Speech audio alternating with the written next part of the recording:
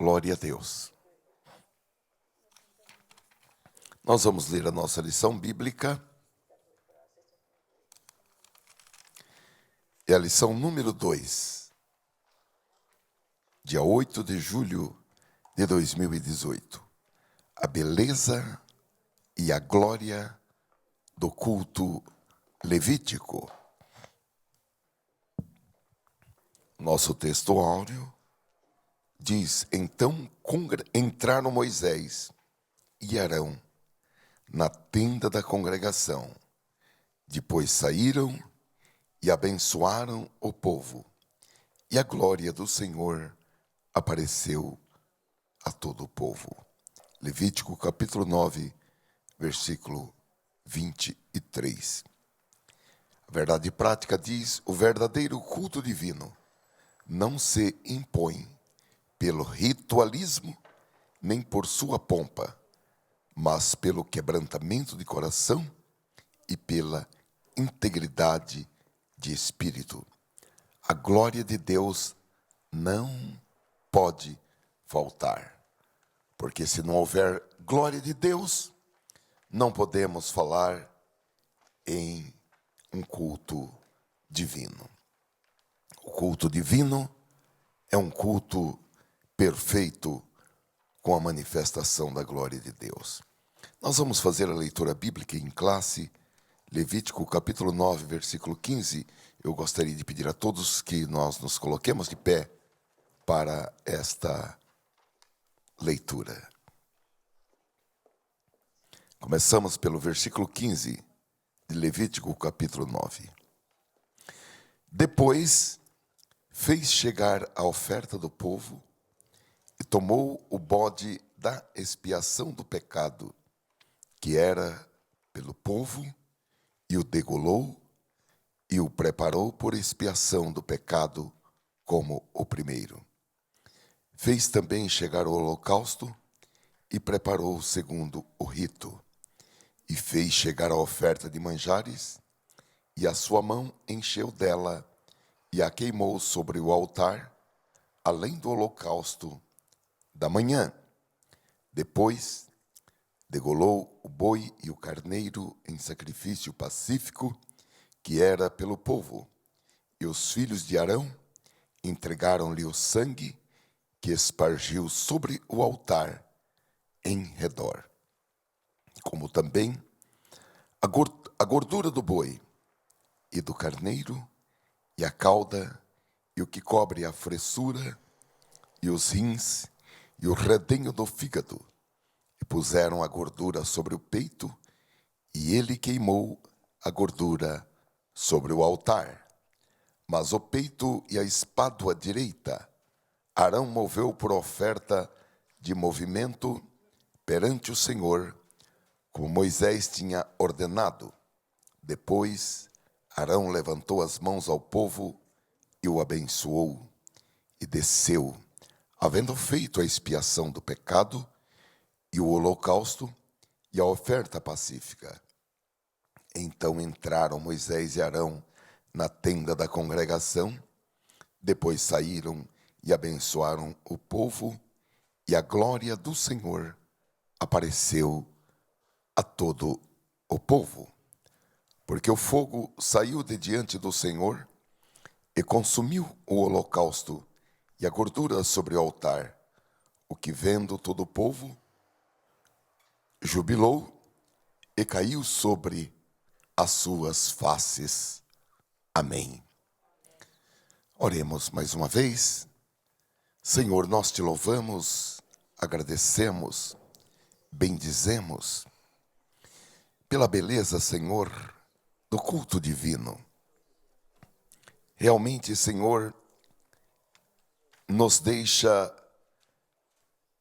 com os nossos corações emocionados ao ver tudo quanto o Senhor estabeleceu para a tua glória, mas também para que o povo fosse abençoado.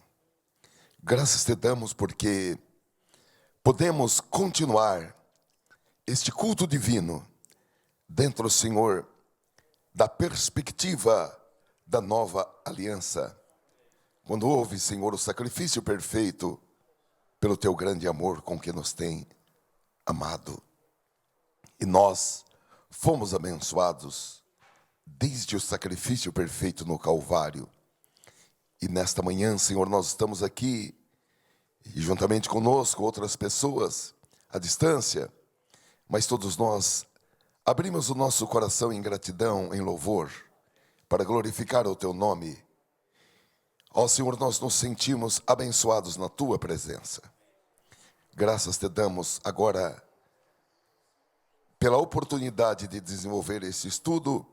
Usa, Senhor, o pastor Marcos, os demais pastores, para que sejam, Senhor, instrumentos que vocalizem, Senhor, a tua palavra para os nossos corações. Em nome de Jesus Cristo, é a nossa oração, a nossa gratidão, o nosso louvor, o nosso amém. A paz do Senhor para os irmãos. Amém. Bom domingo a todos os nossos amigos que nos acompanham pela internet. Um bom domingo. Outros já uma boa tarde, né? Outros estão amanhecendo o dia. Outros boa noite. Estamos em um ponto da Terra em que estamos num fuso horário que, dependendo do lugar, já está anoitecendo. Queridos, nós temos hoje uma lição maravilhosa, já estamos na lição número 2, e iremos tratar sobre este assunto tão importante que é adoração, santidade e serviço. Os princípios de Deus para a sua igreja em Levítico, né? É um livro que algumas pessoas começam a ler e, de repente, parece que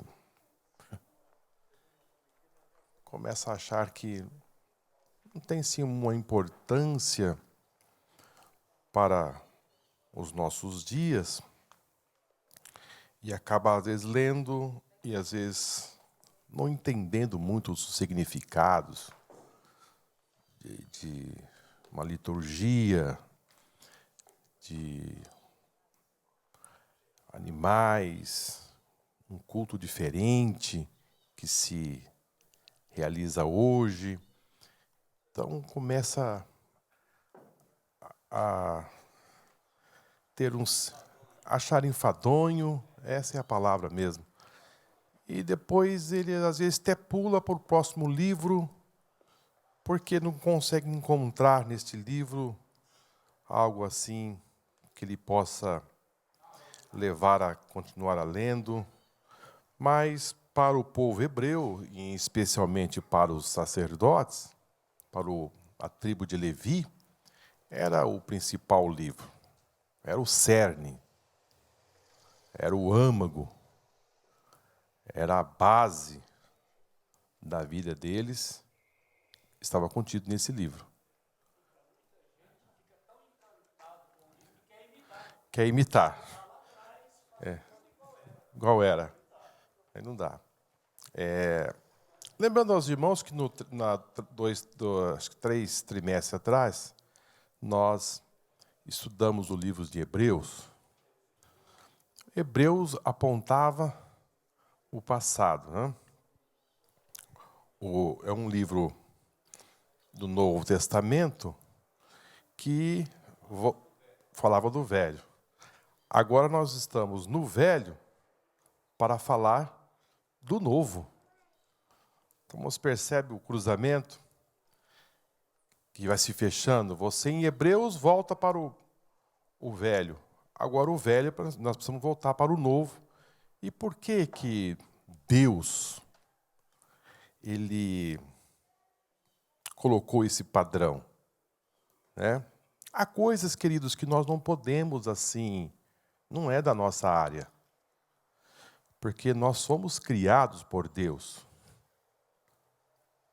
E se nós somos criados por Deus,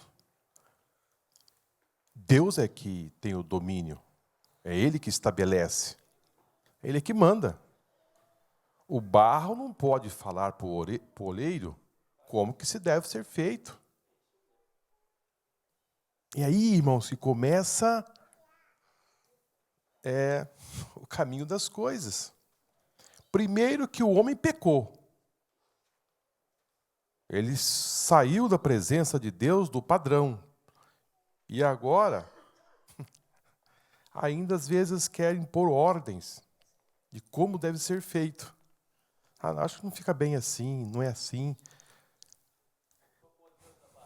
Vou pôr Deus na parede, vou estabelecer como deve ser feito. E esse livro vem exatamente dizer que Deus colocou um padrão. Põe na parede, põe o padrão para dizer, olha, o culto tem que ser assim. O culto é assim. Para você fazer, para mim receber adoração, eu quero assim.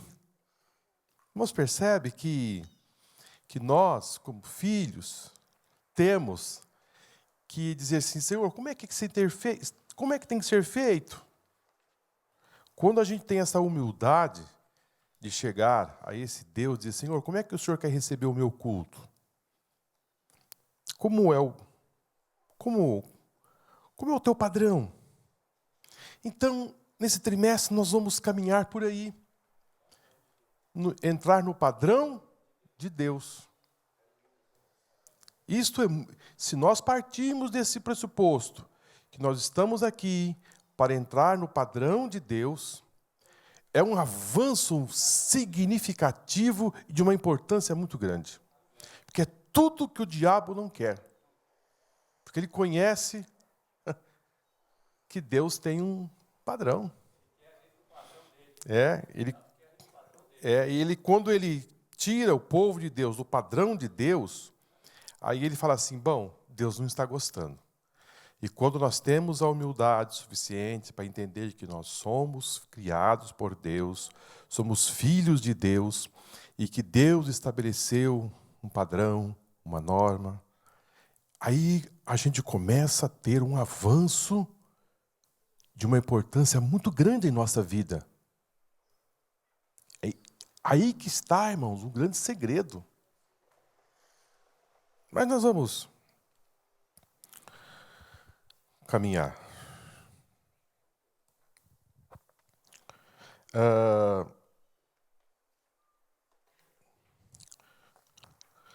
Vamos para a nossa introdução.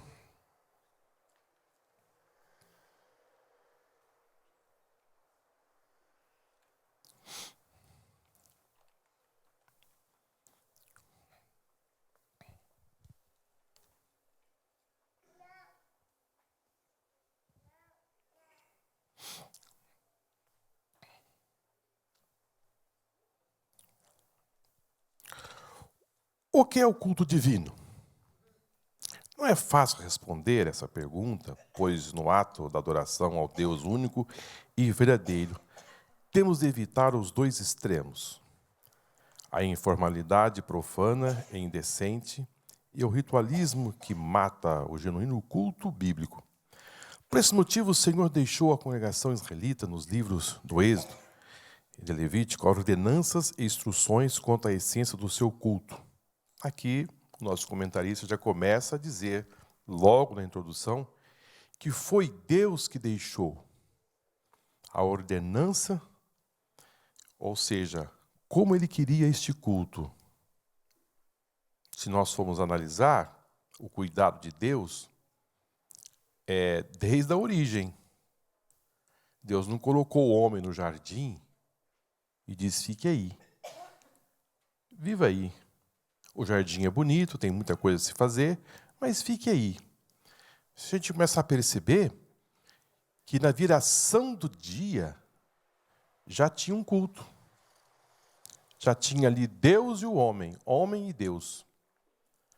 Ou seja, havia ali já um diálogo, o homem se relacionando com Deus e Deus com o homem. Então, logo na criação, antes do homem pecar, já o homem precisava ter um relacionamento com Deus todos os dias. Deus.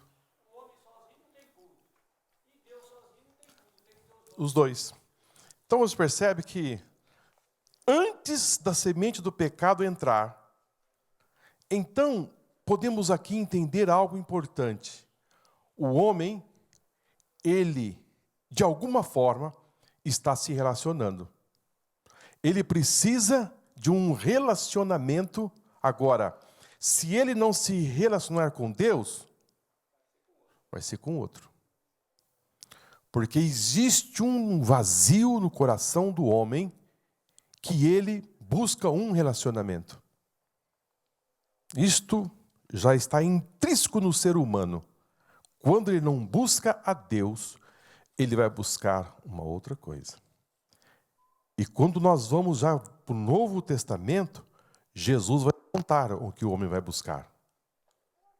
Ele vai dizer assim, olha, existe 2 senhores. Ou o homem se relaciona com Deus, ou ele vai se relacionar com Mamon. E Jesus chamou ele de Senhor, porque ele tem o seu império, o seu domínio. E o homem, quando ele não se inclina para Deus, ele vai para Mamon.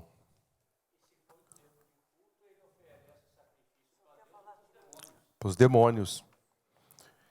E nós vamos aqui entender perfeitamente que esse culto, né, que Deus estabeleceu, ele vai usar os animais, né? Ele vai usar os animais, as aves e outras coisas. Mas o outro culto, que tenta imitar o culto de Deus, não usa os animais, usa o ser humano. Aí começa a distanciar-se deste culto, aonde Deus, de uma forma severa, quando ele manda o seu povo entrar na terra, e que o pecado subiu até as narinas de Deus, e Deus não suportava mais, era exatamente o pecado capital, era o sacrifício de seres humanos. Seres humanos. As crianças eram sacrificadas a cultos, demônios, e assim sucessivamente. Então, a cidade de Jericó era uma que Deus mandou destruir todas as pessoas, desde o menor até o maior, porque ali dentro se cultuava, se sacrificava pessoas, no sentido de buscar algo, buscar crescimento, buscar uma grande colheita, buscar recursos materiais, se sacrificava aos filhos. Então, era uma forma de culto. Agora, o que nós precisamos tomar atenção, assim, ter uma atenção, é que hoje, se nós não tomarmos cuidado com os nossos cultos, porque não é tudo que Deus recebe, é fogo? É. Mas pode ser estranho. É profecia? Foi falado de forma profética? Ela deve ser julgada. Não se pode, eu já disse aqui a vocês e a todos que nos acompanham, que já me conhecem, nós não podemos ser crentes avestruz. O que é o avestruz? Ele tem um estômago poderosíssimo. Tudo que ele põe no bico vira comida. É pedra? Ele pega. Se for ele entender que é comida, ele vai embora. Agora, o crente, ele tem que ter a sensibilidade do Espírito Santo para identificar que tipo de fogo. Discernimento espiritual para não engolir qualquer coisa e fazer disso uma base doutrinária, um segmento de vida, para você não ser enganado. Ah, Senhor, eu fui enganado. Se você foi enganado, você vai caminhar no engano. E Jesus foi muito claro quando ele disse assim: vocês vivem enganados e enganam o povo. Nem vocês vão entrar no meu reino e vão impedir. poucos entrarem? Muitos. Então, o culto que nós vamos oferecer ao Senhor, nós devemos oferecer de forma sadia, e esse relacionamento que nós temos com Deus deve ser da melhor forma possível. Então, aqui a nossa introdução já vai nos dar esse norte, né? Vamos caminhar por aqui. Por esse motivo, o Senhor deixou a congregação israelita nos livros de Êxodo e de Levítico ordenanças e instruções quanto à essência do seu culto, tendo como exemplo a consagração do Santo Templo em Jerusalém. Mostraremos nessa lição a beleza, a glória do culto divino, que é a nossa adoração a Deus contiguamente com a presença do Espírito Santo, todos os atos. Sem a glória de Deus, nenhum culto tem validade. Então, como disse aos irmãos, nós estamos dando continuidade, né? O livro de Levítico é um referencial para este culto. Então, o livro de Levítico vai mostrar elementos, símbolos, que vai apontar exatamente a Jesus. A base, o ponto central do livro de Levítico vai apontar a chegada do Messias. Tudo aquilo que estava acontecendo tem o porquê. É impressionante que quando você vai buscar, tem o porquê que Deus estava estabelecendo daquela forma, né? No capítulo 8, foram oferecidos por ocasião a ordenação Arão aos seus filhos, e o povo participou só observando. No capítulo 8, o povo estava fora. Começou com Arão, seus filhos. Já no capítulo 9, o povo entra em ação. Nós percebemos que antes do capítulo 9, Deus começa a instituir os sacrifícios de uma forma assim, paulatinamente. Quando chega no capítulo 8, entra dentro da família araônica. E no capítulo 9, que nós vamos estudar hoje, junta-se a família araônica, Moisés e o povo. Lembrando aos irmãos que, em primeiro lugar, Arão ofereceu por si e para os seus filhos uma expiação pelo pecado. E depois um holocausto, no capítulo 9. Depois, a oferta pelo pecado de Arão, era um bezerro, também está em 9, 2 e 8. E depois um holocausto, um carneiro. Esta foi ali o procedimento que aconteceu ali no capítulo 9. Depois, em segundo lugar, irmãos, Arão ofereceu oferta pelo povo. Já está em Levítico 9 e 15. A oferta de Arão pelo povo formava um padrão do culto a Israel. Agora, era algo novo isto? Era uma novidade para o povo?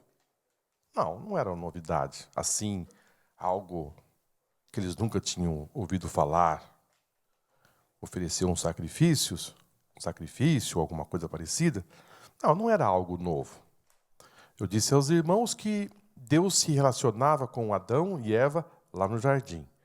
Mas se a gente for analisar e buscar um pouco, nós vamos ver que os filhos de Adão, Abel e Caim, também foram ensinados a oferecer um culto ao Senhor.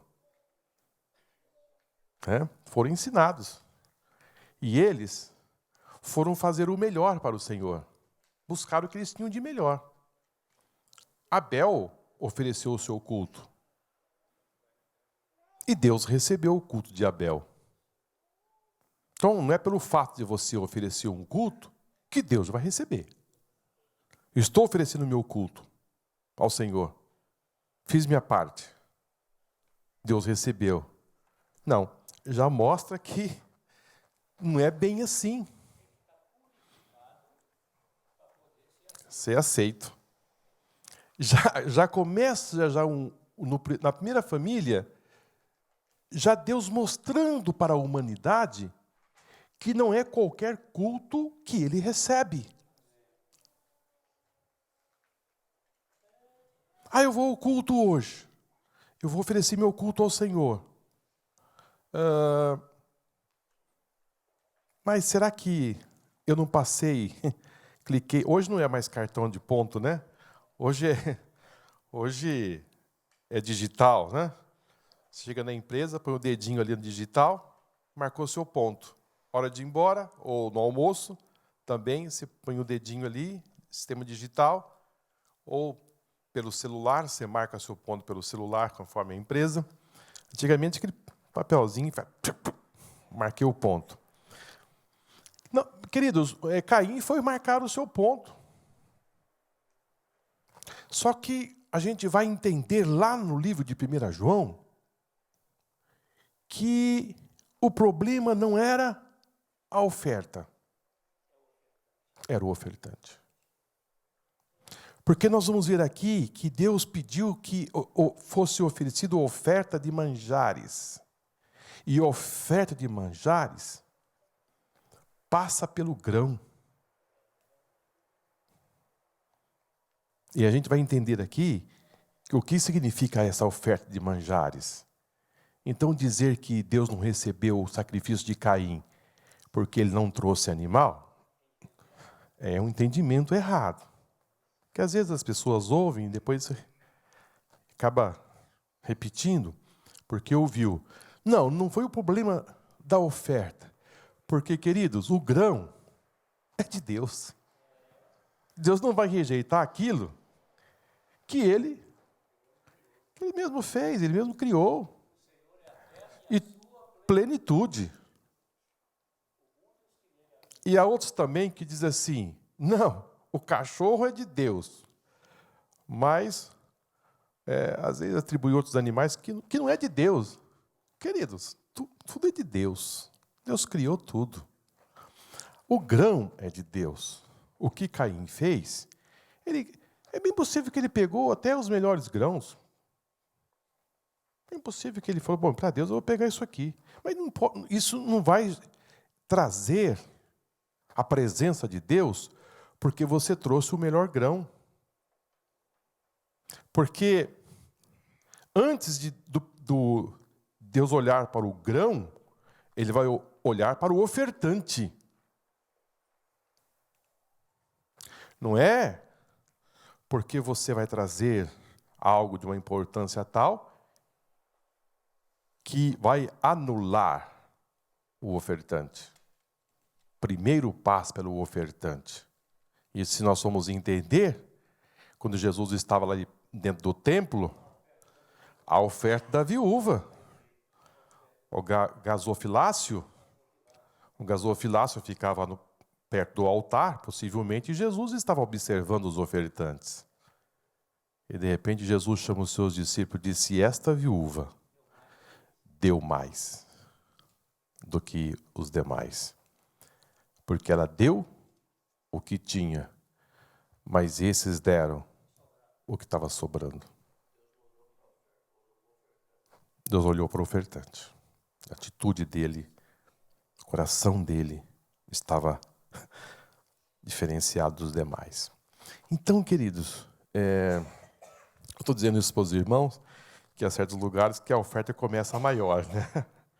A oferta começa com um número expressivo e depois, quando chega no número pequeno, aí parece que quem está ofertando parece que não precisa nem não dá muita ênfase na oferta pequena. E não é assim. Não é nesta ótica que Deus trabalha. Então você já começa a entender como Deus enxerga o culto. Isso é de uma importância muito grande.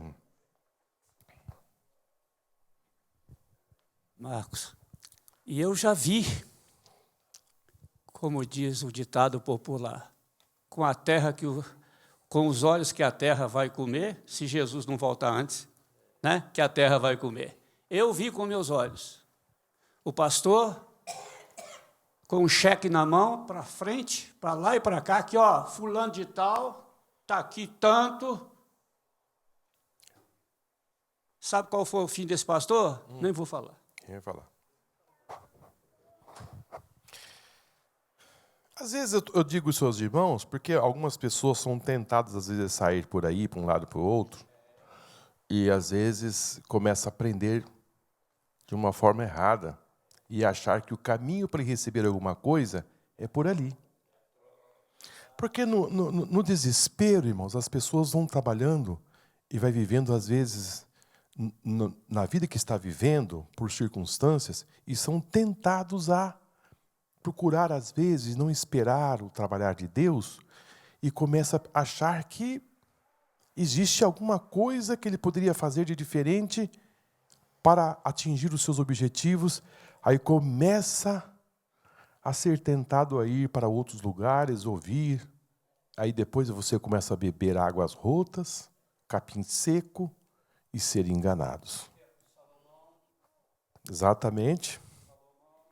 Então, é melhor você esperar em Deus e aprender o correto para você não tentar um atalho e nesse atalho você se perder. Muito cuidado. Vamos para a definição do culto, né, irmãos? O culto divino é um serviço amoroso, voluntário. Esta palavra é chave. O culto é um serviço amoroso, voluntário e exclusivo que Deus requer de cada um de suas criaturas morais, anjos e homens. Muito particularmente de Israel, no Antigo Testamento, e agora da igreja, para que todos, e em todos os lugares e tempos, glorifiquem-no como Criador, Senhor, mantenedor de todas as coisas. Definição etimológica da palavra culto deriva da seguinte termo: latreia, um substantivo grego usado nas diversas situações, um trabalho ou serviço assalariado. Posteriormente foi incorporado à prática cristã no cultuar, ou seja, prestar um serviço a Deus. Também, proskinel, termo grego no Antigo Testamento, significava curvar-se, tanto para homenagear homens importantes e autoridades. Tem aqui algumas palavras dessa no Antigo Testamento. Está em Gênesis 27, 29, 37, 7 a 10, primeiro livro de Samuel 25 e 23. Como para adorar a Deus, também está em Gênesis, Crônicas, Salmos.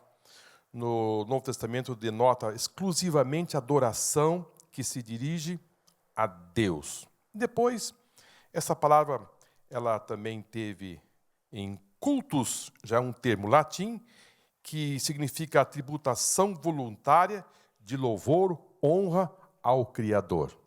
Então, cultuar tem essas definições na nossa Bíblia, né? Agora, a definição teológica: culto é o momento através do qual os filhos de Deus adoram a Deus em espírito e em verdade. Literalmente quer dizer adorar, reverenciar a Deus.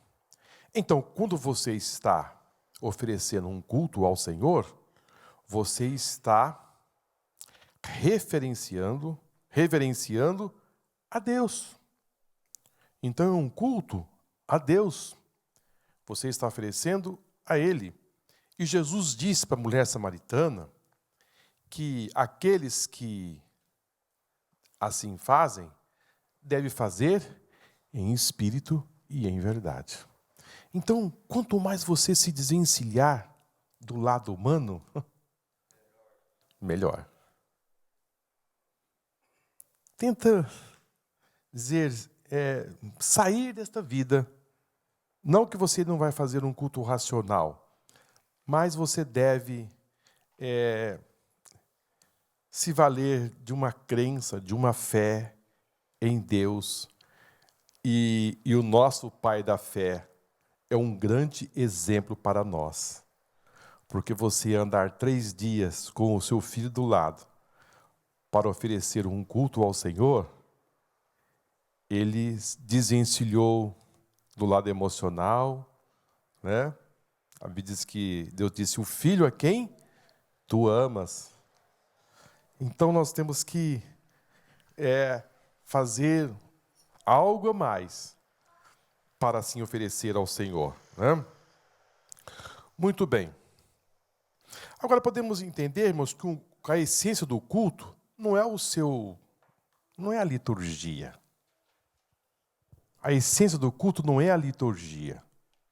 A essência do culto não é a pompa demonstrada, né? Não é isso. A importância do culto tem a primazia a adoração ao Senhor. Mas isso não significa dizer que devemos fazer para o Senhor de qualquer maneira. Não, Deus quer a adoração, mas vou fazer de qualquer forma. Paulo vai regulamentar, dizendo que tudo que nós formos fazer para o Senhor, devemos fazer com ordem e decência. Às vezes, eu já ouvi, quando criança, um certo irmão, isso se contava muito nas igrejas, hoje a gente não se ouve mais. Um certo irmão foi cantar um hino, e ele disse, meu irmão, o meu violão só tem 2 cordas. Mas é para Jesus mesmo? Não. E parece que as pessoas, esse tipo de informação que se passava, parece que levava muitas pessoas a oferecer para o Senhor alguma coisa e dizer assim, é para Jesus mesmo. E às vezes se ia cantar e não tinha assim, um tempo para... Tudo de improviso, não se preparava para cantar e não se preparava para fazer as coisas, dizendo assim, Deus quer meu lado voluntário para fazer, sem nenhum preparo para oferecer o melhor para o Senhor. Então, quando nós vamos oferecer para o Senhor, não, se tem 2 cordas, mas quantas cordas tem o seu violão? Ali se cabe 6 cordas. 5? 5 cordas? Então ponha 5, querido. Faça bonitinho para Jesus. Há pessoas que no domingo dizem assim, esse sapato aqui é sapato de ver Deus. Ele guarda o sapato e nem usa na semana. É 6. E o vestidinho, vou deixar esse aqui guardadinho porque eu vou usar na igreja. Então, é fazer bonito para o Senhor. Agora, pergunto algo que eu preciso dizer. Só isso é importante? Não. É a somatória. Quando Deus disse a Moisés, Moisés, tira a sandália dos teus pés, porque o lugar que você está é terra santa. Será que você vivendo tirando chinelo, você vai atrair a presença de Deus? Não. É que primeiro passou por Moisés, e depois Deus disse, agora você tira a sandália. Mesmo aconteceu com Josué. Então, é uma combinação de 2 coisas de uma importância. Você, desprendido para oferecer o melhor, mas também você entender que você também pode fazer com muita ordem e com muita decência, porque Deus, quando a gente olha para a criação, a gente vai perceber que Deus fez perfeito. Tudo que Ele fez, que Ele criou, para colocar o homem para morar na terra, Ele deu um toque, irmãos, de uma importância muito grande. Nada de improviso, né? Tudo certinho para que você possa viver. Então, quando você for fazer... Agora, vamos entender que só a liturgia não resolve. Malaquias 1:10. Quem há também entre vós que fecha a porta por nada e não acende debalde o fogo do meu altar? Eu não tenho prazer em vós, diz o Senhor dos Exércitos, nem aceitarei a oferta das vossas mãos. Eles faziam a liturgia. Ele diz, eu não aceito. Por que Deus não estava aceitando? Porque o ofertante estava só praticando a liturgia. Só praticar a liturgia não resolve. Deus disse, eu não estou aceitando esse escudo de vocês. Isaías 1:10. Quem há também entre vós que feche a porta do nada? Isso já... Não é outro. E não acenda de balde o fogo do meu altar. Eu não tenho prazer em vós, diz o Senhor dos Exércitos, nem aceitarei a oferta das vossas mãos. Então, aqui, Deus está dizendo que Ele não aceita.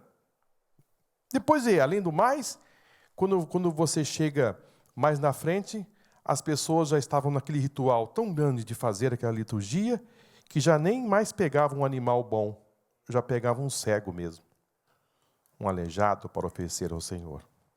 Então, esse tipo de liturgia, Deus não aceita. Irmãos, um reverenciar na casa de Deus, que eu penso que é de uma importância muito grande, né? Eu lembro quando eu era pequeno, a gente vinha para a igreja e tinha uma irmã, Deus levou ela, fiquei sabendo que há 6 meses atrás, Deus levou ela ao descanso eterno. E essa irmã, ela tinha um cuidado muito grande de não deixar nenhuma criança mascar chiclete na igreja. E quando eu entrava com chiclete na igreja, ela vinha por detrás, eu nem via. Quando eu via a mão dela, ela estava na minha boca. E ela apertava com muita força aqui, assim, que eu espirrava o chiclete para fora. Zelosa. Então a gente, quando ia chegando perto da igreja, a gente já jogava o chiclete fora. E a gente ficava assustado, porque a irmã Toninha, ela vai tomar o chiclete. E ela ficava olhando se tinha algum jovem, algum adolescente. E eu levei algumas apertão na bochecha. Depois ficava assim. E não podia reclamar para ninguém. Se dissesse, meu pai, minha mãe apanhava em casa. Então eu ficava fazendo a massagem, porque ela chegava forte e apertava. E às vezes, irmãos, a gente percebe que assim, em alguns bancos, chiclete agarrado por debaixo dos bancos. E isso, irmãos, não procede. Isso não é você reverenciar a casa de Deus. A pessoa passa o culto no celular, mandando mensagem e enfim, e não cultua o Senhor. Não cultua o Senhor. E hoje nós estamos aqui, nesse momento, nessa escola dominical, exatamente para trazer esse momento para que as pessoas tenham um entendimento que isso não procede. Você está, às vezes, numa prática e induzindo outras pessoas a fazer o mesmo. E isto, Deus não se agrada, porque você está cultuando ao Senhor. E nesse culto existe um padrão, existe um procedimento. O primeiro grande patriarca ao prestar culto a Deus foi Noé. Abraão, Isaque e Jacó também construíram altares para adorar ao Senhor, que os chamara a constituir a nação profética, sacerdotal, real, por excelência. Gênesis 12, 7 e 37, de 1 a 7. Abraão, ele é o nosso pai da fé. Ele também ofereceu ao Senhor, como aqui já passamos aos irmãos, né? Caim, Abel ofereceu. Noé também, ele ofereceu um culto ao Senhor, que está registrado em Gênesis 8 e 20. Depois, nós vamos ver também que esses patriarcas ofereciam um culto ao Senhor. Jó 1 e 5, ele oferecia sacrifício ao Senhor, porque ele entendia, os meus filhos, nestas festanças deles, eles podem cometer pecados. Então, ele se sacrificava por isso. Levantava de madrugada e ia oferecer sacrifício ao Senhor. Então, era uma forma patriarcal em que o chefe da família, ele se sacrificava pela família. Então, aí é um exemplo para nós, como os pais, de nos sacrificar pelos nossos filhos, estar em oração, estar em jejum, estar pedindo ao Senhor por eles, né? Jó é um grande exemplo para nós. Ele fazia isto constantemente. E nós devemos atentar por isso, né? Depois nós vamos ver, irmãos, que Davi, no Salmo 116, 7, ele, que darei uma oferta de gratidão ao Senhor. Ele queria, Ana também ofereceu o seu filho ao Senhor. Impressionante, né? Nós tivemos uma mensagem aqui recentemente a respeito de Ana. Nós temos Abraão, Isaac e Jacó, que ofereceram vários cultos ao Senhor. Nós temos uma passagem muito importante na vida de Jacó, quando os seus filhos dizimaram uma cidade. Ali foi duro, viu, irmãos? Jacó, o homem, irmãos, o patriarca, ele tem que ter noção e buscar em Deus os perigos que vêm rodeando, campeando. O que ele fez? Quando ele percebeu que os seus filhos não foram todos, mas encabeçados por 2, eles dizimaram uma cidade inteira, porque um episódio em que ali a Diná foi deflorada e não teve acordo, por mais que eles queriam um acordo e pagar o dote e fazer um pacto e se circuncidaram, mas eles, de forma traiçoeira, mataram todos os homens da cidade. Jacó, ele entendeu que a coisa estava difícil. Ele saiu daquela região, subiu para a cidade de Betel, e a primeira coisa que ele chamou foi sua família e disse: vamos sacrificar ao Senhor. Eu quero que vocês se alimpem dos deuses estranhos. Mudai as vossas vestes. Veste ali tem um sentido mais, não que seria o vestido em si, mudança de atitude, mudança de costume. Por isso que tem a palavra costume, de vestido, né? Mudai os vossos vestidos, mudai as vossas atitudes. E elas carregavam nas suas orelhas deuses, né? Identificando os deuses daquela região. Ele pediu aqueles deuses que elas estavam carregando. Ele disse: vamos mudar tudo e vamos oferecer um culto ao Senhor. Isso é de uma importância muito grande. Então você pode fazer isso na sua casa, lá na sua empresa, lá na sua escola, e chamar as pessoas para o encontro com Deus. É um momento de mudança, né? No período de Moisés, Deus, através de Moisés, entregou ao seu povo leis e instruções para que o seu culto passasse da informalidade de uma etapa mais teológica, litúrgica e congregacional. A partir daí estabeleceram-se as festividades sagradas, como a Páscoa, o dia da expiação. Agora, somente nas famílias, todo o povo é intimado a cultuar ao Senhor. No período de Moisés, aqui exatamente no deserto, esse culto agora ele toma uma dimensão mais ampla, né?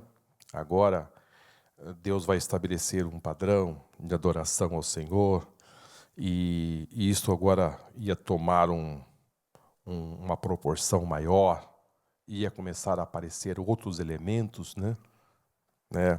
Nós temos agora a arca e a mesa dos pães, nós temos ali as lâmpadas, o incenso e o altar. O que representava a arca e a mesa e os pães? Representava Deus como Rei, Senhor, provedor do seu povo.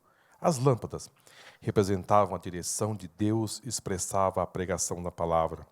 O incenso representava o local das intercessões pelo povo e as orações.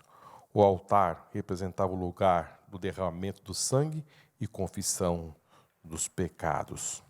Nos tempos de Davi e Salomão, até a ascensão de Davi como rei de Israel, a música não era utilizada no culto divino. O cântico de Miriam e de Débora constituíam as manifestações espontâneas que precederam a inserção da música na liturgia do Santo Templo. Mas como o rei Davi, que também era profeta, salmista e músico, a celebração oficial ao Senhor foi enriquecida com a formação de coros instrumentais musicais, buscando sempre a excelência do culto divino. O rei Davi inventou e fabricou diversos instrumentos musicais. Salomão dedicou-se igualmente ao enriquecimento litúrgico e musical na adoração divina. No auge do Santo Templo, a liturgia hebreia impressionava por sua beleza e arte. Ezequias também destacava-se pelo seu zelo e culto ao Senhor. Então, como eu disse para os irmãos na lição passada, que a introdução da música, o restabelecimento desse louvor ao Senhor, só foi acontecer mesmo de forma regulamentada, com os músicos, os instrumentos, foi no reinado de Davi. Davi, ele era um cantor, ele gostava de cantar, ele tinha sua harpa. E com essa habilidade, ele introduziu no templo louvor 24 horas. Não podia parar, não podia. Também nos dias de Salomão, foi assim acrescentado algo tremendo. Primeiro livro de Crônicas 15:16, e disse Davi ao chefe dos levitas que constituíssem de seus irmãos cantores, para que os instrumentos musicais, como alaúde, harpa, símbolos, se fizesse ouvir levantando a voz com alegria. E assim, eles inventaram vários instrumentos, ou seja, precisamos criar instrumentos novos para louvar ao Senhor. Porque eles queriam exaltar, eles queriam louvar diferente, eles queriam algo a mais. Então, eles passaram a produzir instrumentos musicais no afã de dar uma excelência maior no culto divino. É por isso que nós aqui temos esse padrão, né? Ontem nós já pensando um pouco nisto, de fazer algo forte para o Senhor, diferente, para louvar ao Senhor, para explodir assim de forma espontânea. Deus, eu penso assim, quando nós chegarmos no céu, a gente entendermos assim, a gente vai ter uma plenitude, falar, se eu pudesse lá na terra, tivesse esse entendimento. A gente não vai pensar assim, mas se fosse era assim, porque lá não tem tristeza. Mas pensa bem, por que não bolei um instrumento para agradar ao Senhor, fazer algo diferente para o Senhor? Meu Deus, irmão, que coisa linda! E Deus quer, irmãos, tudo bem feito. Quando a gente pensa em bem feito, a gente vai para Neemias, no capítulo 12, versículo 30. Olha só. Purificaram-se os sacerdotes, os levitas,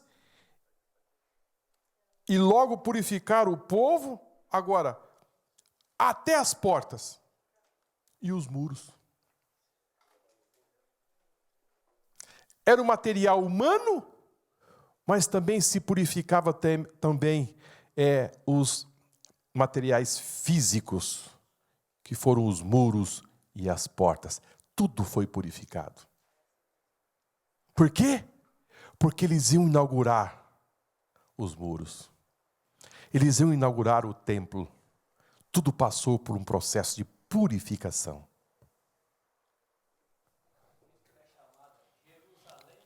Jerusalém de Deus. E onde o pastor leu aquele salmo, aqueles que são apaixonados por Jerusalém, aqueles que amam Jerusalém, são abençoados. Após o cativeiro babilônico, em 586 a.C., os judeus foram levados ao cativeiro a Babilônia, onde que permaneceram 70 anos. Nesse período, pelo que inferimos, no Salmo 137, a adoração divina foi praticamente esquecida. Mas com o retorno a Jerusalém, os repatriados, incentivados por Esdras, Neemias, reavivaram o culto levítico. Aqui é um período que nós estamos falando aqui, é um período em que o povo de Deus sofreu uma grande baixa. Essa baixa foi por motivo deles não adorarem ao Senhor. E Deus disse a Moisés: eu vou plantar este povo na terra. Se eles não me adorarem, e se eles forem buscarem outros deuses, eu vou arrancar eles dessa terra e vou entregar ele a outros povos. Queridos, o que um hebreu tinha, o que ele tinha assim no coração de grande valor, era o templo. O templo para o povo hebreu era a viga mestre da essência deles. Quando eles olhavam para o templo, e quando eles iam para o templo, eles entendiam assim: Deus está aqui, era um referencial deles. Quando Salomão apresentou o templo ao Senhor, aquilo, irmãos, aquilo foi uma coisa assim, de uma glória.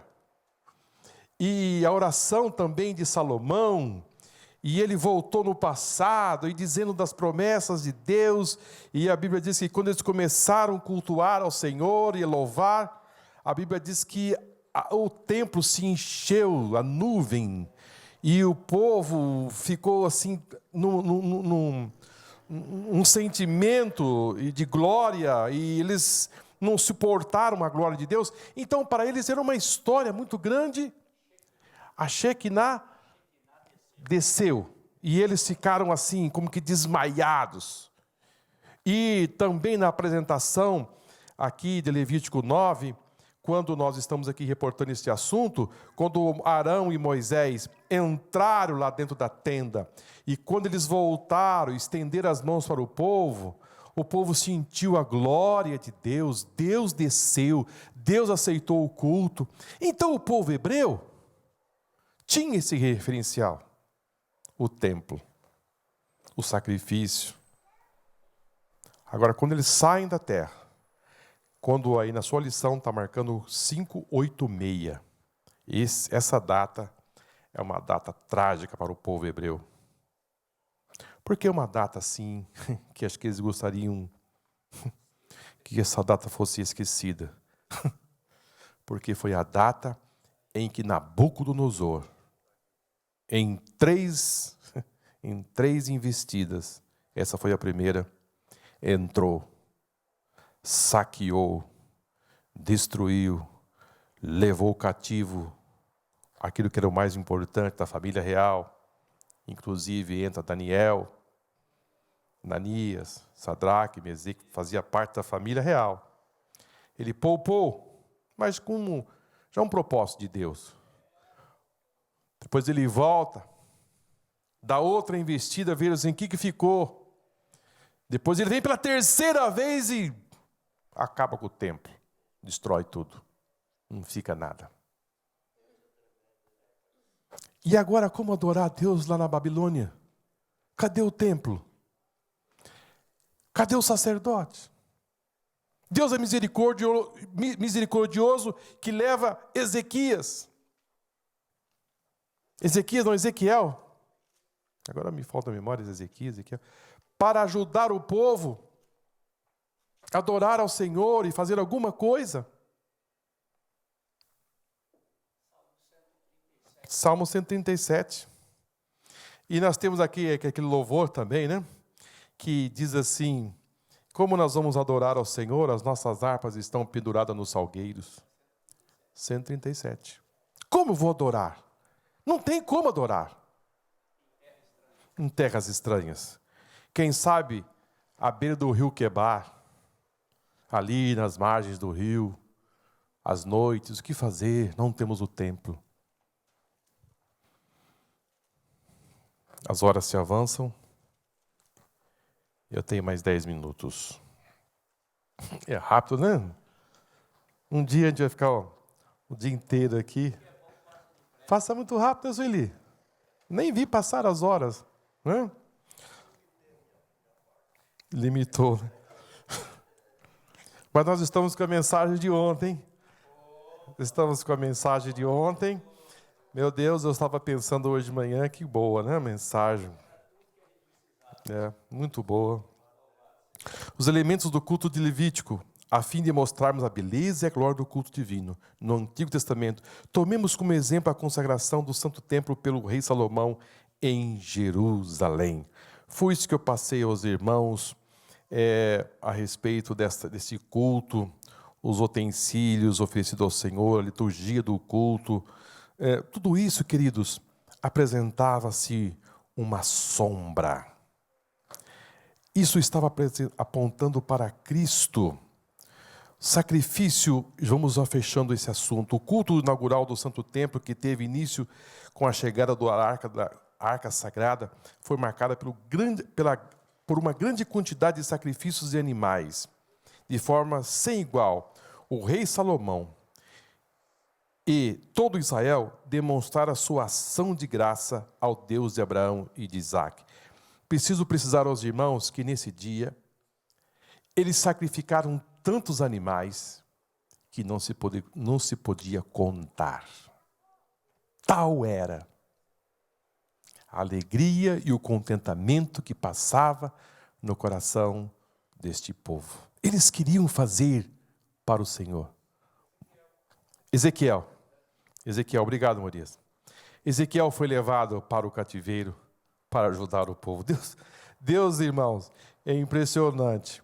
Quando ele vê que o povo não está aguentando mais, ele solta uma válvulazinha para dizer assim, olha, só para ajudar. Mas que eles estavam sob a vara de Deus, eles estavam. Sob a vara de Deus, eles estavam. Muito bem. Salomão, ele vai fazer o melhor para o Senhor, no sentido de sacrifício, e eles estavam vivendo esse momento e oferecendo ao Senhor. 1 Reis 8:5, o rei Salomão e toda a congregação de Israel, que se congregara a ele, estava com ele diante da arca, sacrificando ovelhas e vacas. Olha o versículo. Que não se podia contar. Primeiro livro de Reis, capítulo 8, versículo 5. Nem numerar pela sua quantidade. Assim trouxeram o sacerdote a arca do Senhor, da aliança do Senhor, no seu lugar, ao oráculo da casa, ao lugar santíssimo, até debaixo das asas do querubins. Esse templo é hoje ali onde começou tudo. Foi aonde? Lá no Monte Moriá. Quem olha aquela foto de Jerusalém, lá em cima você vê aquela copa dourada. Tudo aconteceu ali. Cânticos. Em seguida, os cantores e músicos puseram-se a louvar ao Senhor, entoando provavelmente os cânticos de Davi e outros salmistas haviam composto. Os levitas também faziam parte desse cântico, desse louvor e música. Segundo o livro de Crônicas 5:12, quando os levitas, cantores de todos eles, isto é, Asaf, Amã, Jedutum e seus filhos e os seus irmãos, vestidos de linho fino, com símbolos e com laúdes e com harpas, estavam em pé para o oriente do altar, e com eles até 120 sacerdotes que tocavam as trombetas, e quanto a eles uniformemente tocavam as trombetas, cantavam para fazer ouvir uma só voz, bendizendo e louvando ao Senhor. E quanto eles levantavam a voz, bendizendo e louvando ao Senhor, quando levantaram ele a sua voz com trombetas, símbolos e outros instrumentos musicais, para bendizerem ao Senhor, porque era bom, porque a sua benignidade durava para sempre. Então a casa se encheu de uma nuvem, a saber, a casa do Senhor, e não podia o sacerdote ter-se em pé para ministrar por causa da nuvem, porque a glória do Senhor encheu a casa de Deus. É isso aqui, queridos, é o culto a Deus. É o culto a Deus. Ah, não vou dar glória a Deus não, porque... Não, querido, pode glorificar o Senhor, pode exaltar o nome do Senhor, que é assim que Deus recebeu. O povo não conseguia se colocar em pé. Eu me lembro de a nossa irmã já vai dizer, eu estava num congresso de jovens, eu era muito jovem ainda, e a festa estava prolongando, e de repente minha mãe disse, Marcos, nós precisamos ir embora. Eu precisava procurar meu irmão onde ele estava. E de repente eu entrei dentro do templo, ali na cidade de Santo André, e quando eu comecei a procurá-lo, vi que ele estava embaixo de um grupo de jovens. E os jovens estavam glorificando e orando, e aquele calor, aquele fogo. E eu falei, bom, eu vou tentar tirá-lo daqui para a gente ir embora para Campinas. E a hora que eu fui abraçá-lo para tirá-lo, eu fiquei junto. Eu fiquei junto. Fui tocado. E ali eu fiquei. Queridos, é algo muito maravilhoso. É muito gostoso. É um negócio que, sim, é que nem você tentar explicar a expiação. As letras terminam porque você não consegue. Porque é algo a mais. Então, tem coisas que você não consegue explicar. Porque já parte de um sentimento que você viveu. E não tem palavras. Foi uma volta que eu fiz de Santo André para Campinas, que, meu Deus, que glória. A glória entrou dentro do carro. E aquilo foi, assim, muito forte. Às vezes as pessoas têm um entendimento que, assim...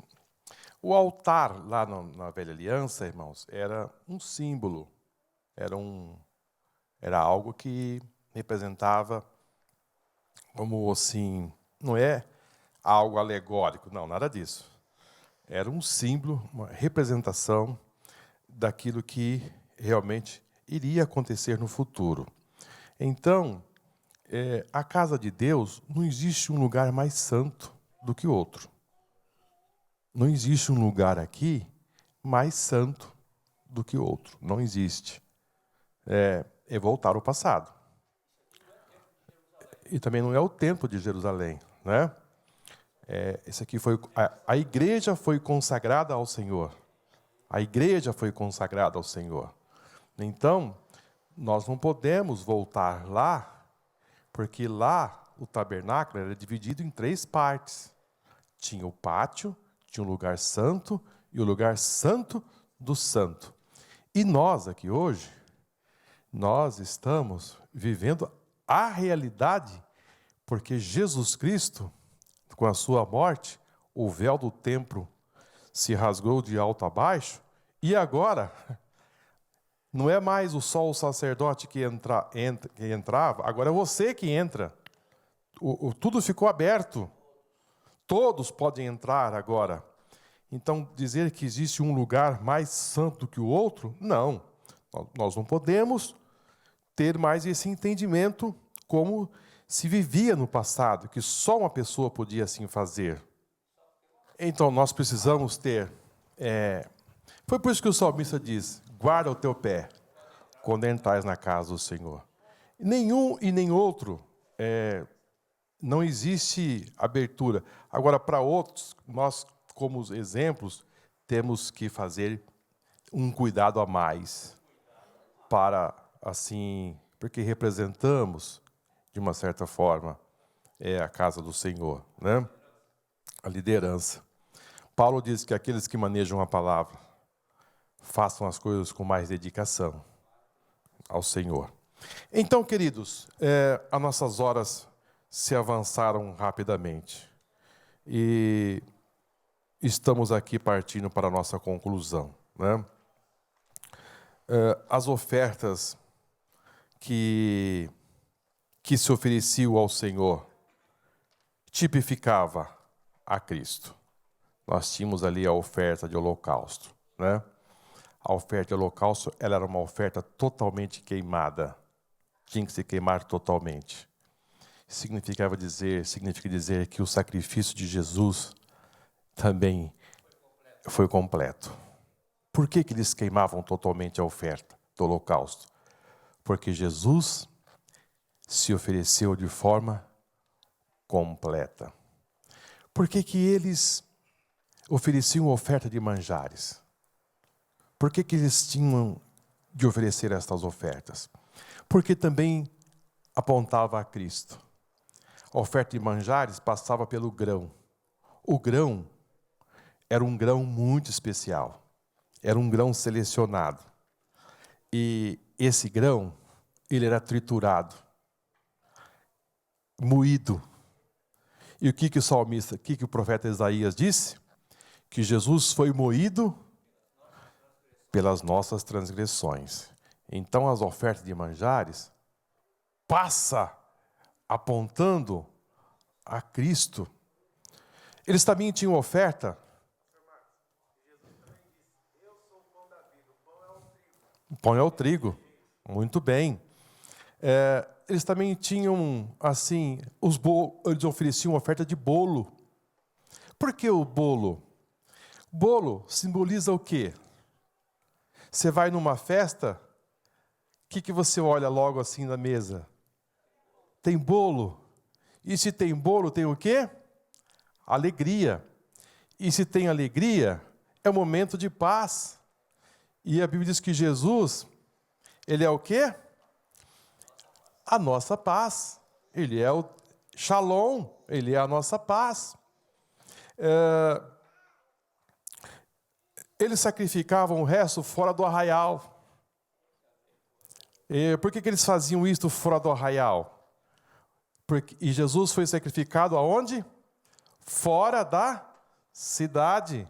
Saiu da cidade e foi sacrificado lá no Monte Caveira, lá no Gólgota. Então, o sacrifício de oferta de manjares tipificava o sacrifício perfeito e também o sofrimento de Jesus. Então, tudo aquilo que eles estavam fazendo ali, na caminhada do deserto, e mesmo ali, depois que foi assentado na terra, tudo aquilo estava dizendo: Jesus, Jesus. Lá estava o cordeiro, lá estava o bode, lá estavam as ofertas, lá estava o sangue aspergido sobre as 4 pontas. Tudo isso tinha um significado: Jesus. Então, para concluir, irmãos, eu preciso dizer a vocês: não existe culto hoje sem passar pelo sangue. Não existe culto a Deus sem passar pelo sangue. Se aquele culto passava pelo sangue, se o sumo sacerdote primeiro fazia expiação por si, depois ele fazia expiação pelo povo, e depois ele entrava lá dentro e voltava, ele entrava e voltava, fazia todo aquele ritual para oferecer ao Senhor este culto e para Deus receber. A base da expiação era o para que aquele sangue que o sumo sacerdote aspergia sobre a tampa do propiciatório, ele aspergia aquele sangue. Mas por que ele faz? Você está lendo o livro Levítico, dizendo: mas por que ele está aspergindo esse sangue sobre a tampa do propiciatório? Isso ali estava apontando, irmãos, algo de uma importância muito grande. É que aquela tampa do propiciatório era o seguinte: existia uma ira de Deus sobre a humanidade. E quando o sumo sacerdote aspergia o sangue sobre a tampa do propiciatório, era como que Deus dizendo assim: olha, eu estou me aplacando a ira, porque o pecado foi de contra a minha justiça, e para que eu aceite este culto, a minha ira precisa ser aplacada. A expiação já foi feita. Alguém já pagou pelo pecado de vocês, que foi o animal que morreu. Eu já aceitei. Agora a propiciação, esse sangue que é aspergido sobre essa tampa, a minha ira será, eu vou retirar a minha ira sobre o homem, para que o culto seja aceito. Agora eu digo aos irmãos hoje, para que você possa oferecer o seu culto ao Senhor, você precisa passar pelo sangue de Jesus Cristo, e Jesus Cristo é a nossa expiação, e Jesus Cristo é a nossa propiciação. Ou seja, quando Deus olha para você, Sueli, Ele não vê mais pecado, porque Ele vê o seu Filho. E também, Jesus é a nossa propiciação, a ira dele foi aplacada, porque o sacrifício de Jesus foi perfeito e foi aceito lá no céu. Então aquela ira que Deus tinha sobre a humanidade, agora foi retirado.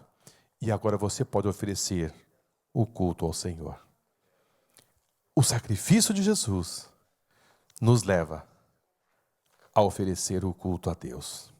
Quando você for oferecer o culto ao Senhor, lembre-se de uma coisa: você sozinho não pode fazer.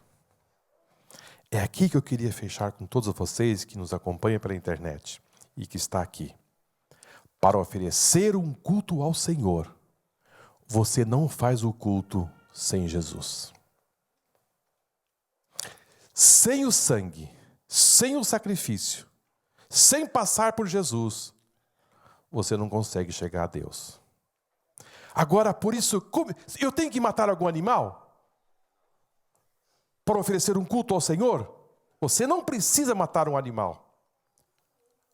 Você não precisa. Jesus já morreu. E você não precisa fazer. Ele fez uma vez por todas. Ele foi o sacrifício perfeito. Mas o que eu posso fazer para o Senhor? O apóstolo São Paulo vai dizer que nós devemos apresentar o nosso culto em sacrifício vivo. Lá o sacrifício era o quê? Morte. Mas agora aqui é vivo, santo e agradável a Deus. E eu não preciso matar animal, mas o seu sacrifício agora é vivo. Você deve oferecer um sacrifício ao Senhor, sim, mas vivo. Você está aqui hoje, você de alguma forma se sacrificou. Sim ou não? Você se sacrificou. Quando você está louvando ao Senhor, quando você está cantando, quando você está se dedicando ao Senhor, é um sacrifício vivo. Agora não é mais a morte já foi. Jesus já morreu por nós. Mas agora, eu vou lhe dizer, faça de uma forma viva. Não precisa agradável, santo ao Senhor. Faça alguma coisa. Eu me lembro de um dia que o pastor pediu para mim orar aqui, e aquele dia eu estava muito ruim. Eu estava muito debilitado. E ele não sabia. E eu fui orando pelos irmãos, orando. Eu disse assim: Deus, eu vou orar, eu vou ficar em pé até o último momento que eu possa suportar. Foi impressionante, irmãos, quando eu acabei de orar pelo último irmão aqui, eu estava perto do banco e me sentei. Foi uma dedicação, eu disse, um dia eu dei o meu tudo para Deus. É um sacrifício que você faz para o Senhor. É você levantar pela manhã. Eu vou ao culto hoje porque não tenho nada que fazer. Eu vou ao culto porque eu estou descansado. Vem às vezes cansado mesmo. Um sacrifício vivo ao Senhor. Faça algo com esforço, com dedicação.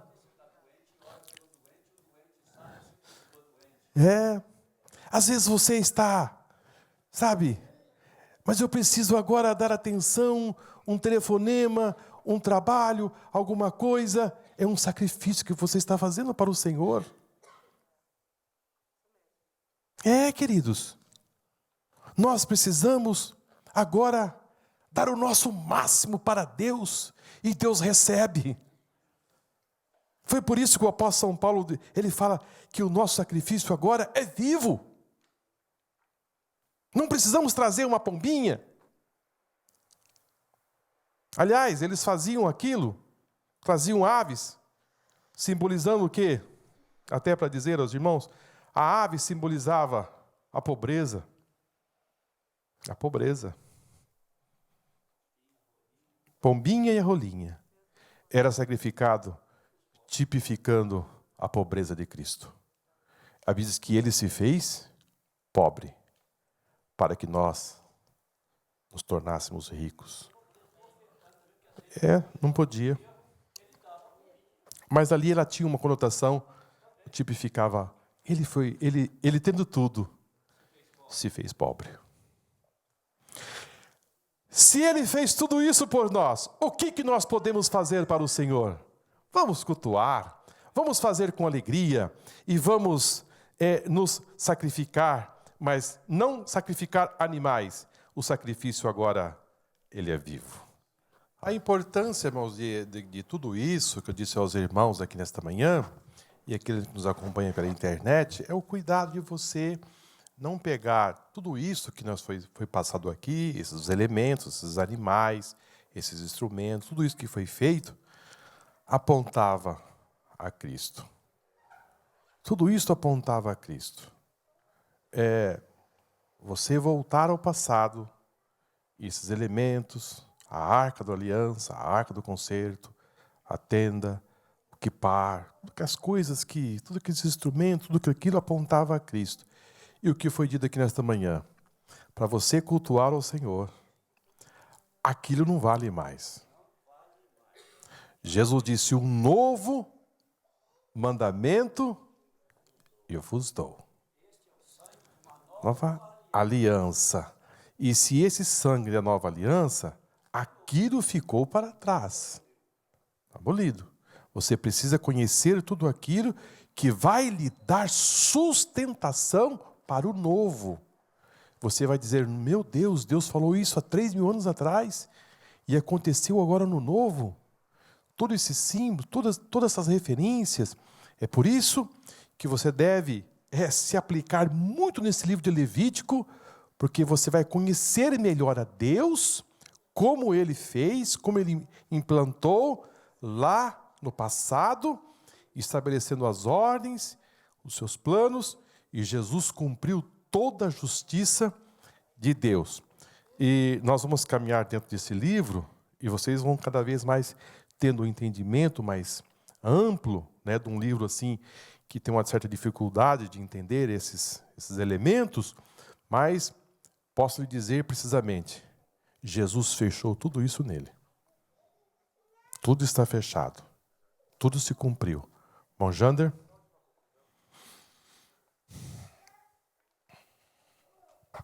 Pastor, de tudo isso que nós estudamos hoje, o que eu posso complementar é que, de todo o sacrifício que é feito entre oração, entre louvor, o maior beneficiado somos nós mesmos.